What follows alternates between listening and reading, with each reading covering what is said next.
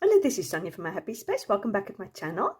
Today we're going to do our meditation sheet for 1 Peter 5:7. There were so many gems in it.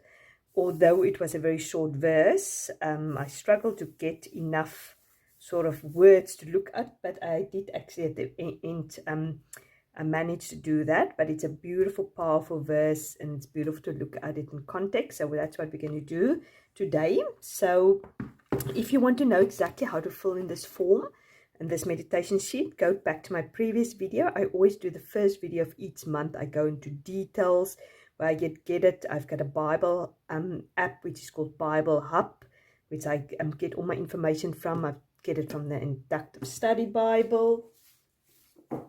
I get some information from this little book, but as I said, always you can just use what you have. Don't go and buy anything. Bible Hub app is for free.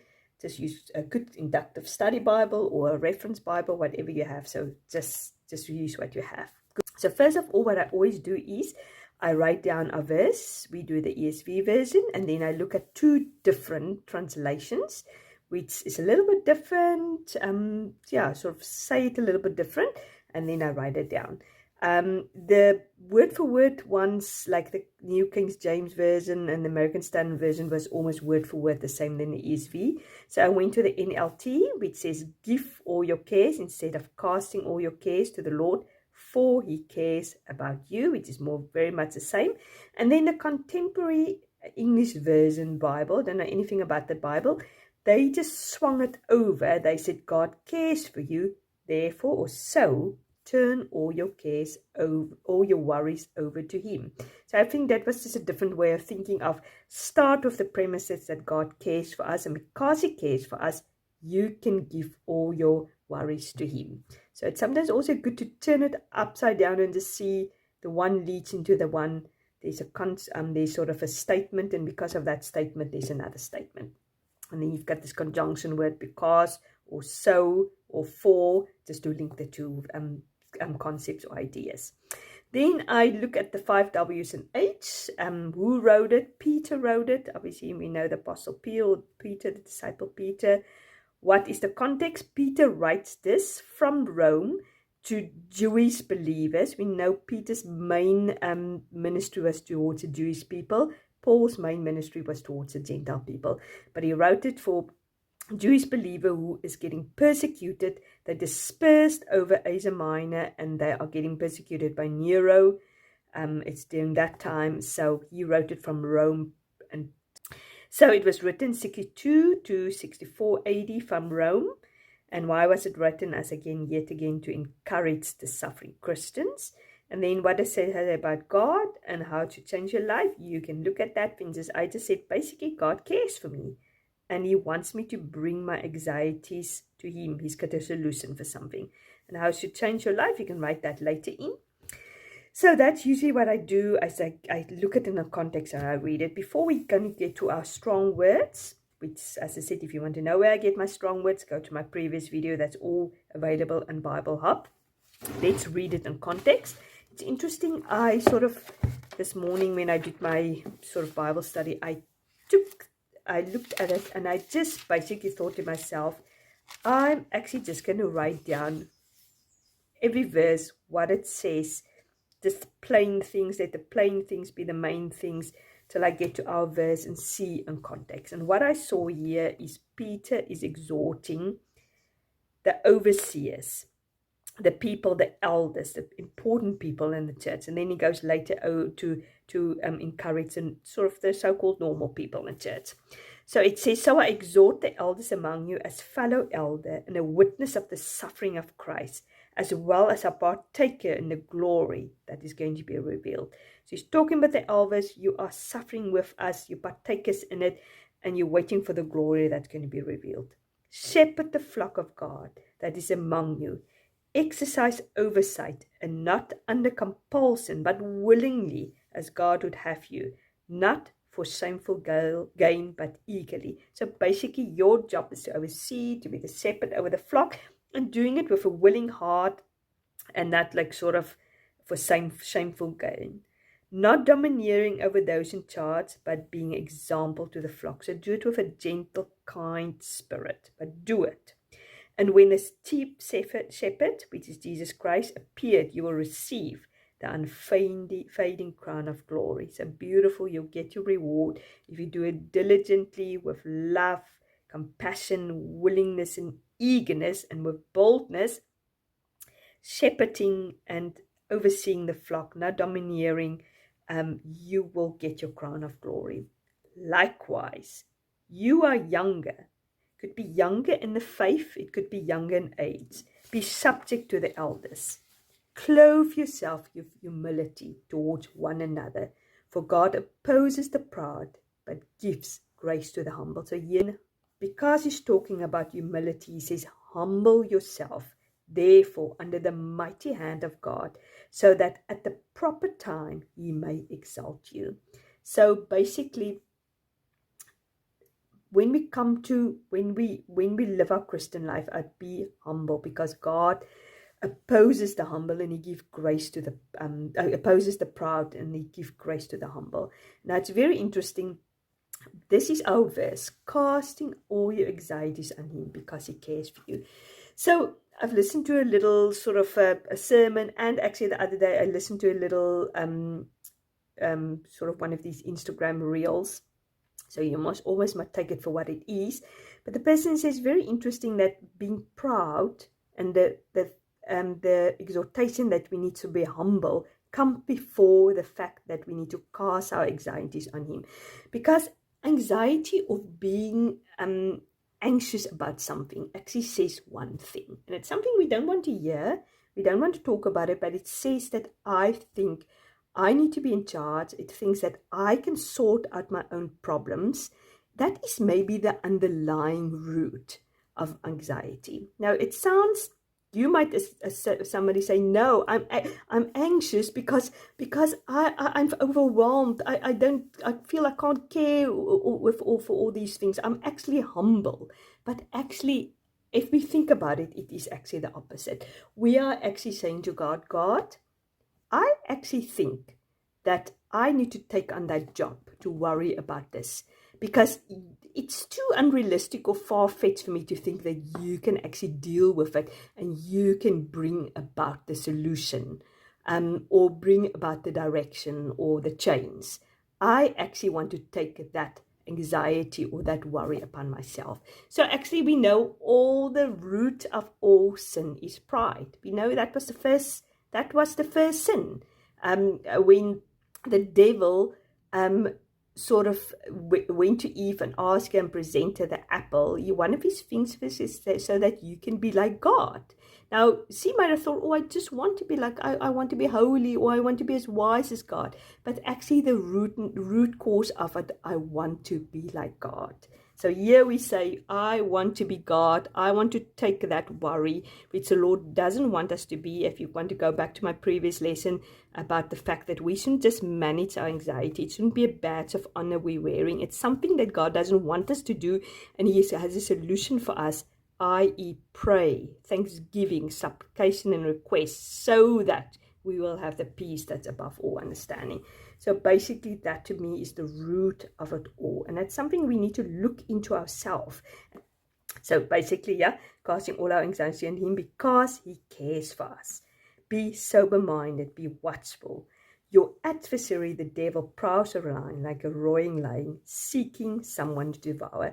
And to me, that's interesting if you read this in context. This is such a well-known verse. First of all, the devil will not very often, for we as believers, tempt us into those gross sins. Like, oh, yeah, he might, but he doesn't start with that. Oh, to start an adultery relationship, what's porn, or murder somebody, or whatever, those grievous sins. He starts with your mind, your thoughts, your anxieties, what the lies is, what the devil tells you to do. Is he starts with those things, the battlefield of the mind. That is where he starts.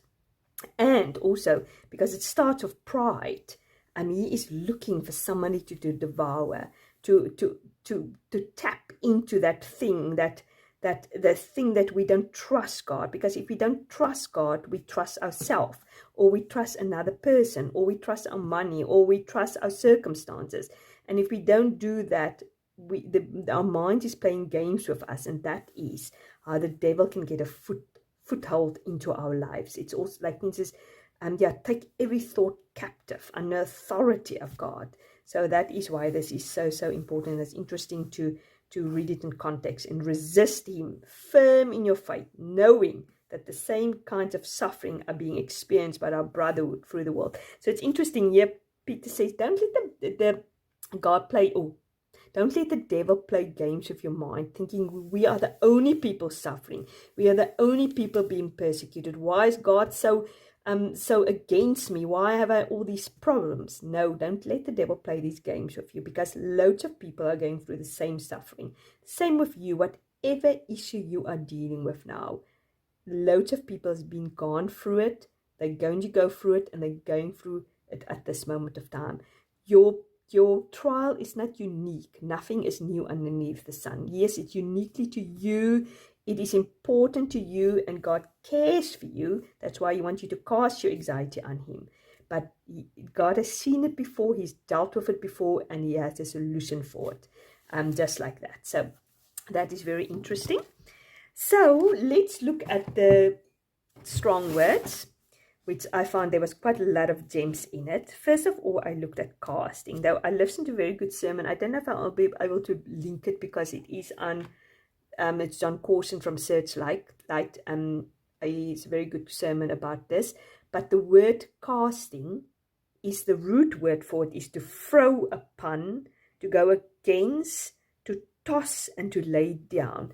But when you cast a net, and it's the same principle when you throw a ball. Often when we throw a ball to somebody, we throw back and forth, back and forth. When we cast a net out, Peter would have known, he was a fisherman.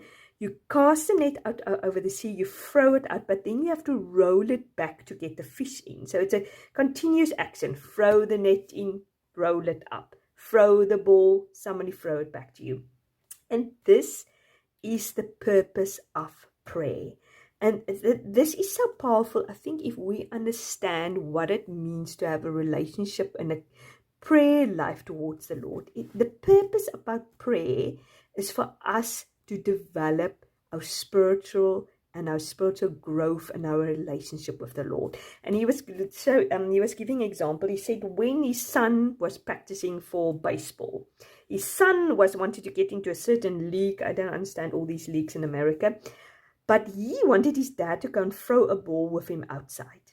Now his purpose, the son's purpose, was to improve his game so he can get into that league. He said his purpose for throwing the ball with his son was not really about that. That's not his main purpose. His main purpose was to have a relationship with his son, to build a relationship with his son, and to speak into his life as they throw the ball, as they develop their relationship. The same with us. We often run to God, cast our cares upon Him, ask for things, have requests and supplications, because obviously our motivation to do it is to get that thing we need, that financial relief, that illness to be healed, that relationship to be restored. That is what we want. But actually what God wants is to build a relationship. You cast your cares upon Him. Yes, there's an immediate relief. There's an immediate peace that's above understanding. But have you realized that sometimes that relief and peace doesn't stay there forever? Maybe the next day, or maybe the next hour, or maybe sometimes the next minute, you have that same feeling and anxiety again. Then you need to throw back the ball to God, cast your cares again out to Him, and as you build your relationship, as you pray, as you establish it, you are actually building your faith. You are getting stronger in your faith. That's why God doesn't give you your answer straight away. Sometimes He does. Sometimes there's a time and place when God gives the answer immediately, what you want. But 9 out of the 10 times, have you ever realized it's an ongoing thing? Pray without ceasing. Never stop asking, because God is more interested in developing a relationship with you. If He gives you everything straight away, will ever be interested to develop a relationship with him? Would you ever be interested in spending time with him, fasting, humbling yourself, crying out of supplication, help, Lord, I need your help? If you got everything straight away, you will actually start using God as a vending machine. And you will not develop a relationship with him. That is why, while the ball is being thrown backwards and forwards, the net is being cast out and rolled up.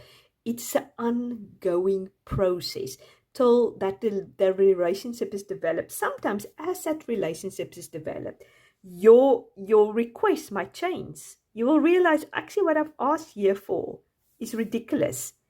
Thank the Lord doesn't always answer our prayers. How many times when you look back when you was a young adult or teenager, oh please Lord, let me marry that person, oh please Lord, give me that, let me get into that school, university, give me that job. Now when you look back at your life, you say, thank you Lord that you didn't answer my prayer. It would have been a disaster. So imagine God answer our prayers immediately, but he wants to play catch with us. He wants to throw the ball back and forth, to develop that relationship, to develop our faith. That's what God is interested in. When he plays the ball with us, play catch with us, when we pray to him and he didn't answer, he doesn't answer our prayers immediately. Sometimes throw it back to us. So we actually will run to him again. That is what's going on when we cast our cares upon him, because he cares for us. Ultimately, he's got our holiness in mind when he developed this relationship, not our instant gratification. That when what he wants us to do is stand before him one day to say, well done, faithful servant. That is what he has in mind. So that is casting. Anxiety, obviously, it was a little bit different because anxious and anxiety is different, but it was the same thing as we said last time. It was to care about something.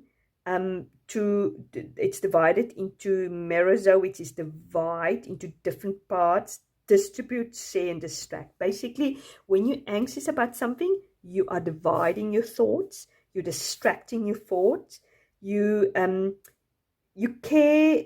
Yeah, you just have you double-minded. That's the word I'm looking for. So when we look unto Jesus, the things of this world will grow slowly dim. That is the root sort of idea about that him. First of all, look to Jesus, look to him, cast your cares upon him, focus on him. Because then you can't be double-minded. You can't think, oh, I'm worried.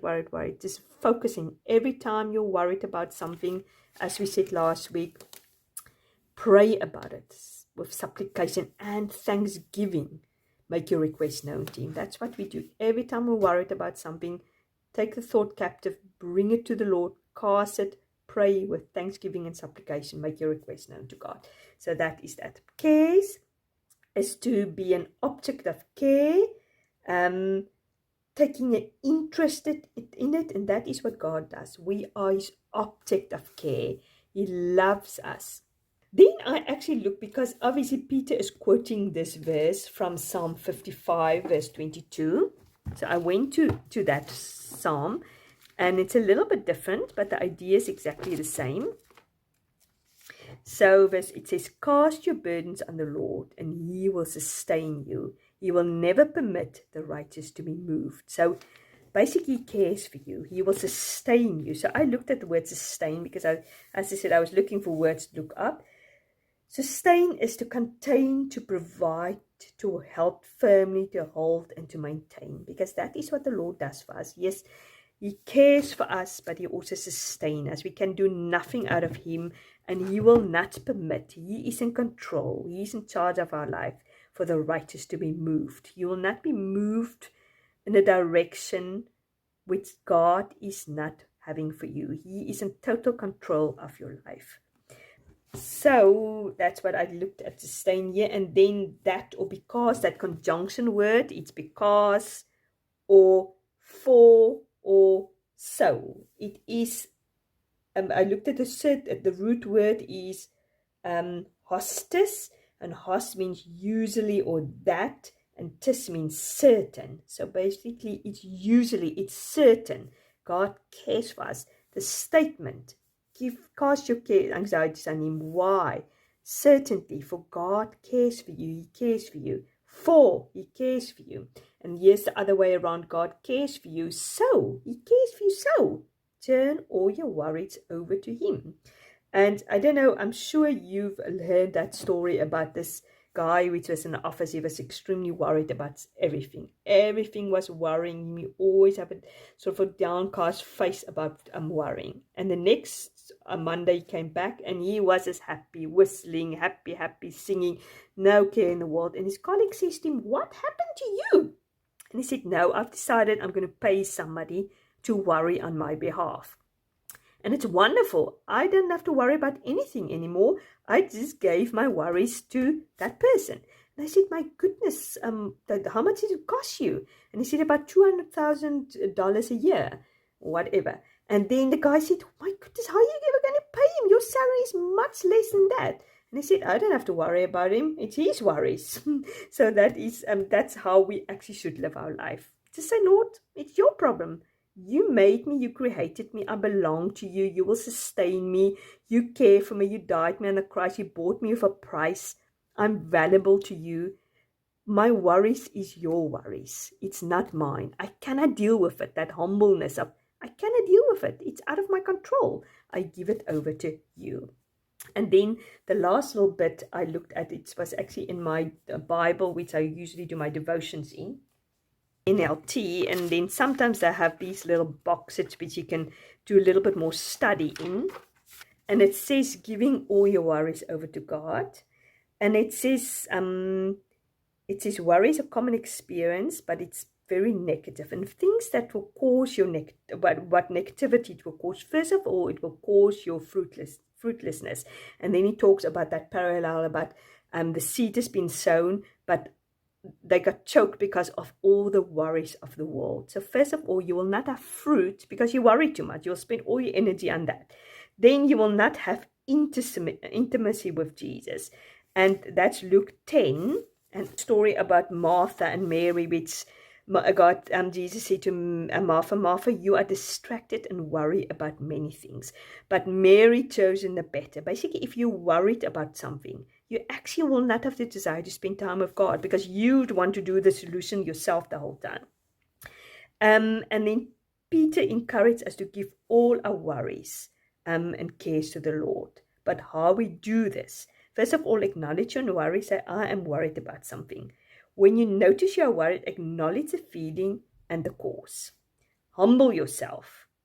Basically, "I cannot do anything about it. I need you." Worry indicates an area where you are striving independently rather than trusting God. Humility begins by confessing the lack of trust and repenting on self-reliance. So every time, if we are worried, we need to say, "Sorry, Jesus, that I'm worried. Sorry that I rely on my own ability and my own understanding. I need you." Take it to God. Pray. You get supernatural peace and soul in your rest.